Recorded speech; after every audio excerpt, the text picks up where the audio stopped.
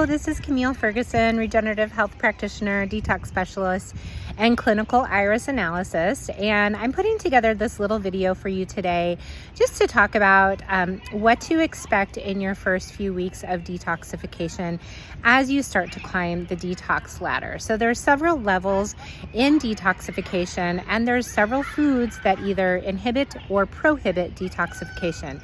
So let's talk about those prohibitive foods first of all.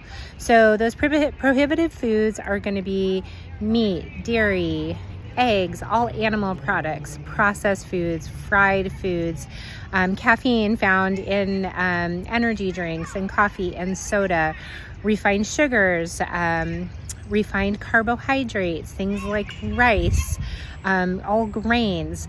All of these foods can be mucus forming, and they can also leave behind an acid ash. And this is these foods are prohibitive of healing the body, and they do not allow you to go into detoxification. So with that being said, I want to talk a little bit more about the detox ladder. So at the highest level of the detox ladder is water fasting. I do not generally ever take my clients to an all water fast. It's just not how I work. I can help guide somebody through that, but that is not a focus of mine at all in regenerative health, regenerative detoxification. Right below that is juice fasting, and then we have all fruit. Then we have a combination of fresh fruit and raw vegetables. And those are really going to be your main levels of detoxification. So as we start working together, we are going to be transitioning towards a raw food diet. This, for most people, is going to be the best place for them. However, some people may not be ready for that. They, it may be a slower process for them. And I always meet people right where they're at. So let's just say you are ready to go into a raw foods diet, and we are going to start climbing the detox ladder. So what that is going to look like is starting to let go of these proton dominant foods like the meats, the dairies, the eggs, the processed foods, fried foods, letting go of those foods that do not allow healing in the body. We're going to be transitioning towards fresh fruits during the day, raw foods raw vegetables in the afternoon, and then a whole food, plant-based cooked meal at night. Now, as we start to climb the detox ladder, we will be gradually letting go of the cooked foods at night and adding in more raw vegetables for the evening meal. Now, I want to talk about food cravings because this is very common for everyone, especially if you are coming into your journey with a high parasitic overload. So maybe you have been diagnosed with an autoimmune condition, or you have a lot of chronic stagnation in your lymphatic system.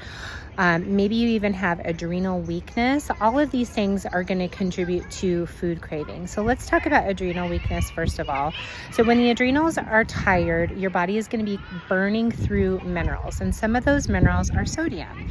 And so that might be why you have a craving for salty snacks.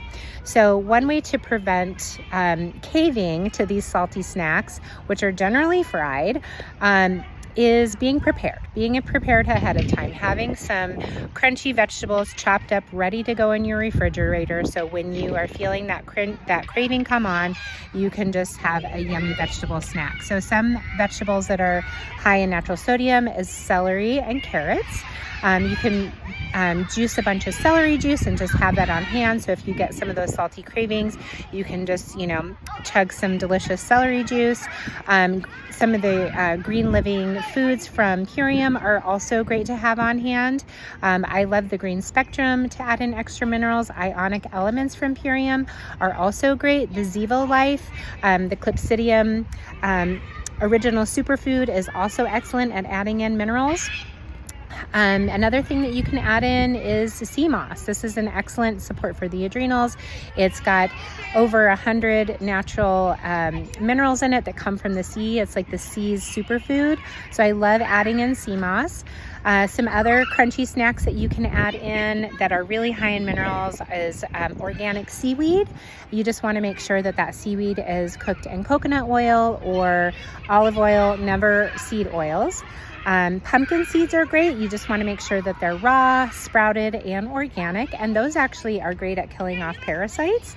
Some other great crunchy, salty snacks are things like dehydrated kale chips. You can make those yourself by slow cooking them in a dehydrator or an oven at a very low temperature and just adding some like Celtic sea salt. That's really high in minerals. So those are just a couple of ideas to curb those salty cravings.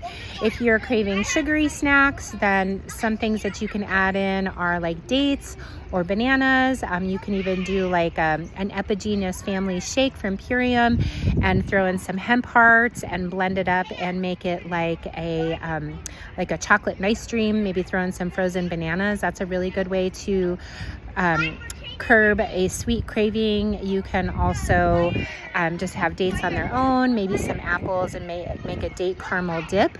So these are just ways to stay ahead of the game. We want to make sure that you're always prepared, because if you have gone into a raw food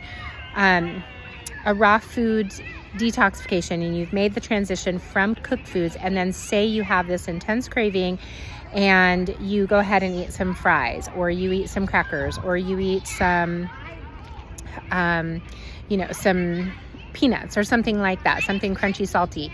What's going to happen is you are going to immobilize toxins that have been getting stirred up in this detox process, and you could experience a healing crisis. You also experience a high level of mucus in the body, because what happens is the body has to basically encapsulate those toxins and it's trying to immobilize it to prevent the body going into this like crisis mode. So there really is a rhyme to the reason, and you want to make sure that you're just stay ahead of the game.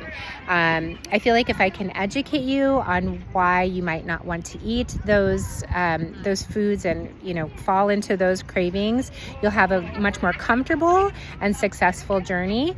Now, if you do cave one day and you're just like, I can't deal, I have to have these crackers and cheese or something, like, hey, it is what it is.